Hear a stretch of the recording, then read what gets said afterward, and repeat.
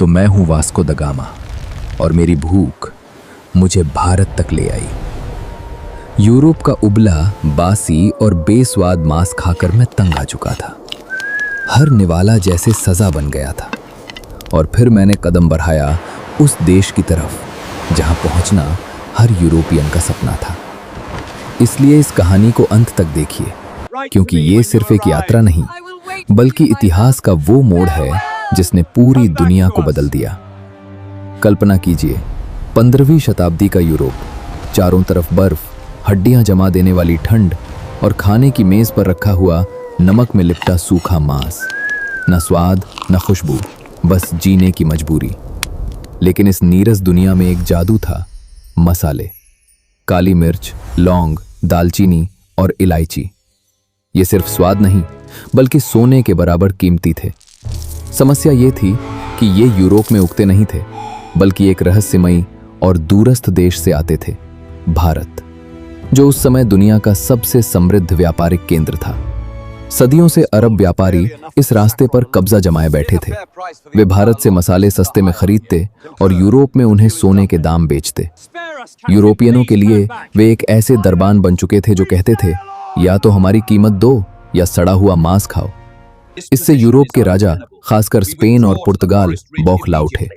उन्हें भारत चाहिए था, लेकिन जमीन का रास्ता उस्मानिया साम्राज्य की दीवार से बंद था। तब उन्होंने एक खतरनाक फैसला लिया। अगर जमीन का रास्ता बंद है तो समंदर को चीरकर भारत पहुंचेंगे। लेकिन उस समय समंदर का मतलब था मौत। न नक्शे, न दिशा सूचक यंत्र, और लोगों का मानना था कि दुनिया चपटी है। डर था कि कहीं किनारे से गिर न जाएं या समुद्री राक्षस उन्हें निगल न जाए। ऐसे खौफनाक माहौल में बार्थोलोम्यू डियाज नाम का नाविक निकला। वो अफ्रीका के किनारे किनारे आगे बढ़ा, लेकिन दक्षिणी सिरे पर पहुंचते ही भयंकर तूफानों से डरकर वापस लौट गया और उस जगह का नाम रखा तूफानों का अंतरीप। लेकिन पुर्तगाल के राजा मैनुअल प्रथम की आग शांत नहीं हुई। 10 साल बाद उन्होंने वास्को द गामा को बुलाया, जिसकी आंखों में डर नहीं बल्कि जिद थी। उसने चुनौती स्वीकार की और 8 जुलाई 1497 को लिस्बन से अपनी यात्रा शुरू की।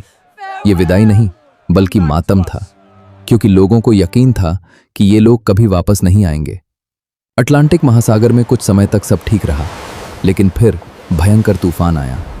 लहरें पहाड़ों जैसी, हवाएं जहाज़ों को तोड़ने पर आमादा, और नाविक डर से कांप रहे थे। इसके बाद बीमारी ने हमला किया। ताज़ा खाना न मिलने से उनके दांत गिरने लगे, शरीर सड़ने लगा और जहाज एक चलते फिरते श्मशान में बदल गया। नाविकों ने बगावत कर दी और वापस लौटने की मांग की, लेकिन वास्को द गामा ने सारे दिशा यंत्र समंदर में फेंक दिए और कहा, अब कोई वापसी नहीं, या तो भारत या मौत। आखिरकार वे उस जगह पहुंचे जहां डियाज हार गया था।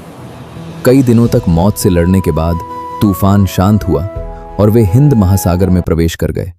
अब भारत पास था, लेकिन रास्ता नहीं पता था। तभी अफ्रीका के मालिंडी में उन्हें एक भारतीय नाविक मिला, जिसने सितारों, हवाओं और समुद्री धाराओं के सहारे उन्हें रास्ता दिखाया। और फिर 20 मई 1498 की सुबह हवा में चंदन और मसालों की खुशबू आई। कोहरा हटा और सामने था कालीकट, भारत। नाविक खुशी से रो पड़े। उन्होंने जमीन को चूमा। यह सिर्फ एक यात्रा की जीत नहीं बल्कि सदियों के डर पर जीत थी। लेकिन जब वास्को ने कालीकट के बाजार देखे तो वो हैरान रह गया। ये कोई पिछड़ा देश नहीं बल्कि दुनिया का सबसे अमीर व्यापारिक केंद्र था। जब वो राजा जामोरिन से मिला और अपने साधारण उपहार पेश किए तो दरबारियों को हंसी आ गई, लेकिन राजा ने उसे व्यापार की अनुमति दे दी। वास्को द गामा मसालों से भरे जहाज लेकर पुर्तगाल लौटा और 64 गुना मुनाफा कमाया।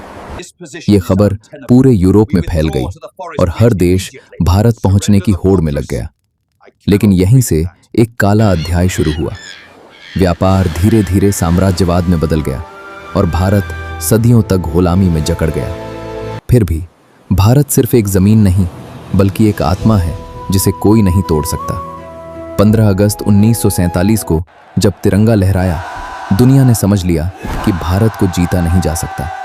और इस तरह मसालों की खुशबू से शुरू हुई ये यात्रा दुनिया को ये सिखा गई कि सोने की चिड़िया को कुछ समय के लिए कैद किया जा सकता है, लेकिन उसकी उड़ान को कभी नहीं रोका जा सकता।